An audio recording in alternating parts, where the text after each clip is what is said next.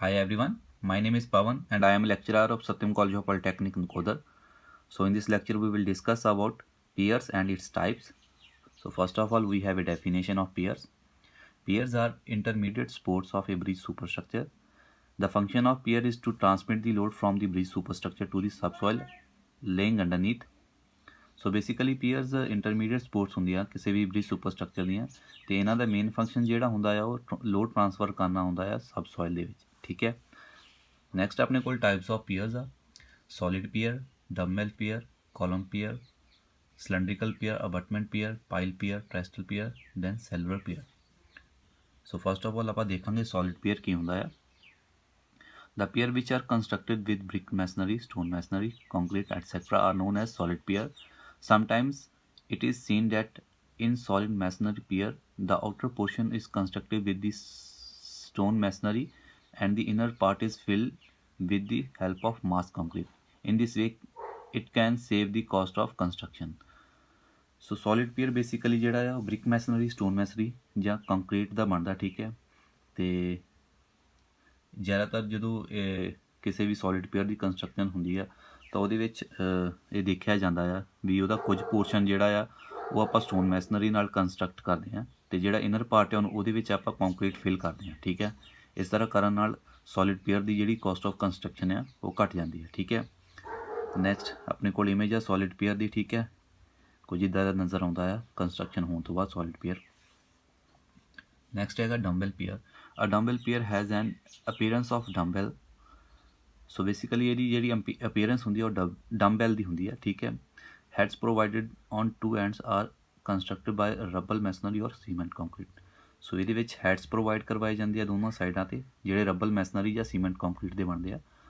A column is provided ਬਿਲੋ ਈਚ ਗਰਡਰ। ਹਰ ਗਰਡਰ ਦੇ ਨੀਚੇ column provide ਕਰਵਾਇਆ ਜਾਂਦਾ ਆ। ਹੌਰੀਜ਼ੋਂਟਲ ਬ੍ਰੇਸਿੰਗ ਪ੍ਰੋਵਾਈਡਸ additional support to the and columns.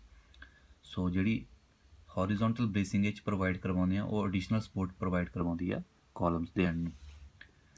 ਸੋ ਇਸ ਤਰ੍ਹਾਂ ਦਾ ਨਜ਼ਰ ਆਉਂਦਾ ਕੁਝ ਠੀਕ ਹੈ। ਡੰਬੈਲ ਪੀਅਰ ਠੀਕ ਹੈ, ਦੋ ਪੀਅਰਸ ਬਣਾਏ ਹੁੰਦੇ ਆ ਠੀਕ ਹੈ। ਉਹਦੇ ਵਿੱਚ ਬੀਅਰਿੰਗਸ ਗਰਡਰ ਦਿੱਤੇ ਹੋਏ ਆ ਠੀਕ ਹੈ। ਆ ਟੌਪ ਪੋਰਸ਼ਨ ਹੈ ਇਹਦਾ ਜਾਂ ਟੌਪ ਪਲਾਨ ਕਰਨ ਨੇ ਠੀਕ ਹੈ। ਨੈਕਸਟ ਆਪਣੇ ਕੋਲ ਕਾਲਮ ਪੀਅਰਸ ਆ।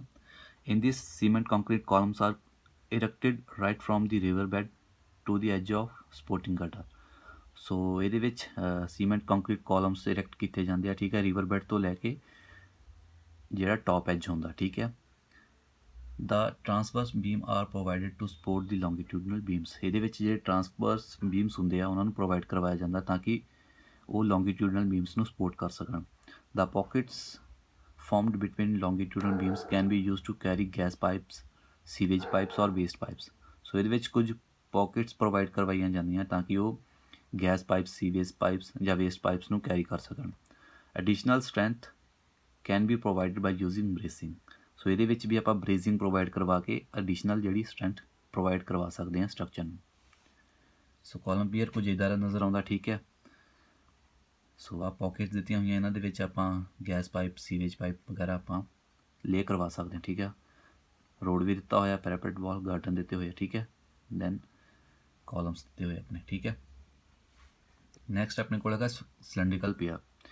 In this two cylindrical piers made up of cement concrete are provided.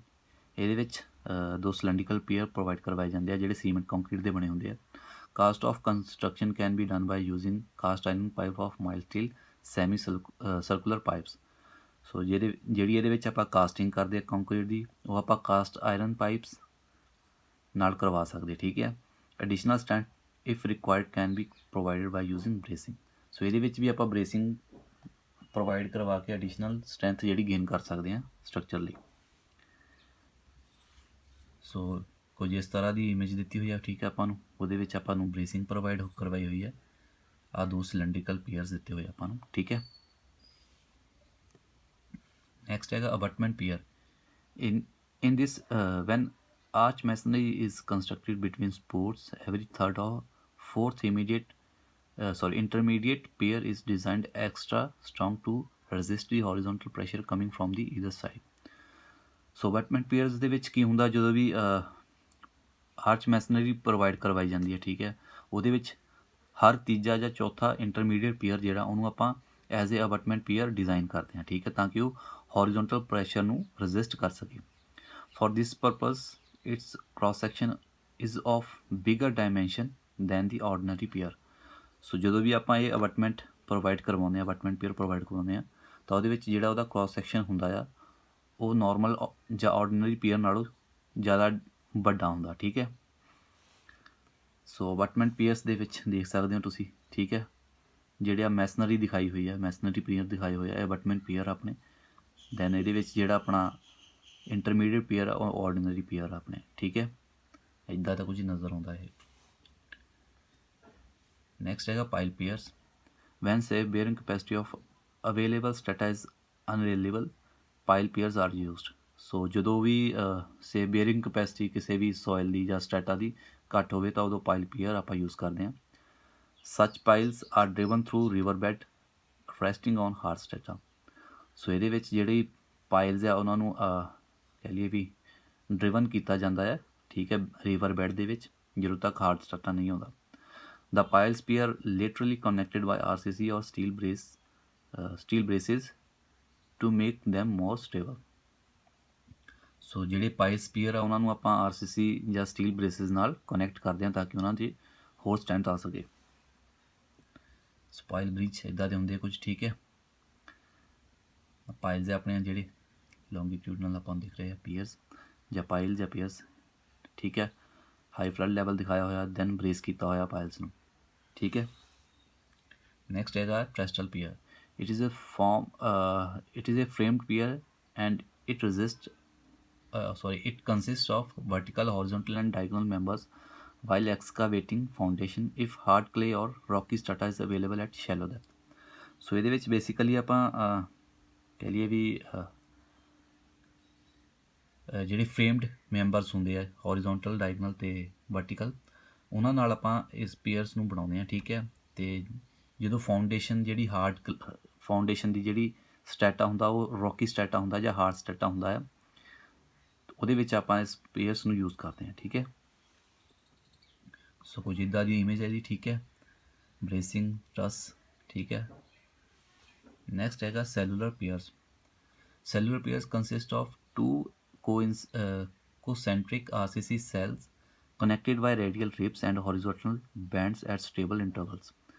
So cellular pairs ਜਿਹੜੇ ਹੁੰਦੇ ਆ ਉਹ RCC ਸੈਲਸ ਦੇ ਬਣੇ ਹੁੰਦੇ ਆ ਜਿਨ੍ਹਾਂ ਨੂੰ ਕਨੈਕਟ ਕੀਤਾ ਜਾਂਦਾ ਰੇਡੀਅਲ ਰਿਬਸ ਨਾਲ ਅਤੇ ਹੌਰੀਜ਼ੋਨਟਲ ਬੈਂਡਸ ਨਾਲ, ਠੀਕ ਹੈ। ਅਤੇ ਇਹਨਾਂ ਨੂੰ ਜਿਹੜਾ ਕਨੈਕਸ਼ਨ ਕਰਨਾ ਉਹ ਇੱਕ ਸਟੇਬਲ ਇੰਟਰਵਲ 'ਤੇ ਕਰਦੇ ਹੁੰਦੇ ਆ। The weight of such pier is less as compare to solid pier. So ਇਹਨਾਂ ਦਾ ਜਿਹੜਾ ਵੇਟ ਹੁੰਦਾ ਆ ਉਹ ਸੋਲਿਡ ਕੰਪੇਅਰ ਦੇ ਮੁਕਾਬਲੇ ਘੱਟ ਹੁੰਦਾ ਹੈ, ਠੀਕ ਹੈ। ਸੋ ਕੁਝ ਇੱਦਾਂ ਦਾ ਹੁੰਦਾ ਹੈ ਸੈਲੂਲਰ ਪੀਅਰ, ਠੀਕ ਹੈ। ਟੌਪ ਵਿਊ ਦਿਖਾਇਆ ਹੋਇਆ ਹੈ, ਸੈਲਸ ਦਿਖਾਏ ਹੋਏ ਇਹਦੇ ਵਿੱਚ, ਡਾਇਫਰਾਮ ਵਾਲਸ ਦਿਖਾਈਆਂ ਹੋਈਆਂ, ਠੀਕ ਹੈ। ਸੋ ਇਹ ਸੀ ਆਪਣਾ ਅੱਜ ਦਾ lecture piers and its types. ਇਹਦੇ ਵਿੱਚ ਅਗਰ ਕਿਤੇ ਪ੍ਰੋਬਲਮ ਹੈ ਤਾਂ ਤੁਸੀਂ ਪੁੱਛ ਸਕਦੇ ਹੋ।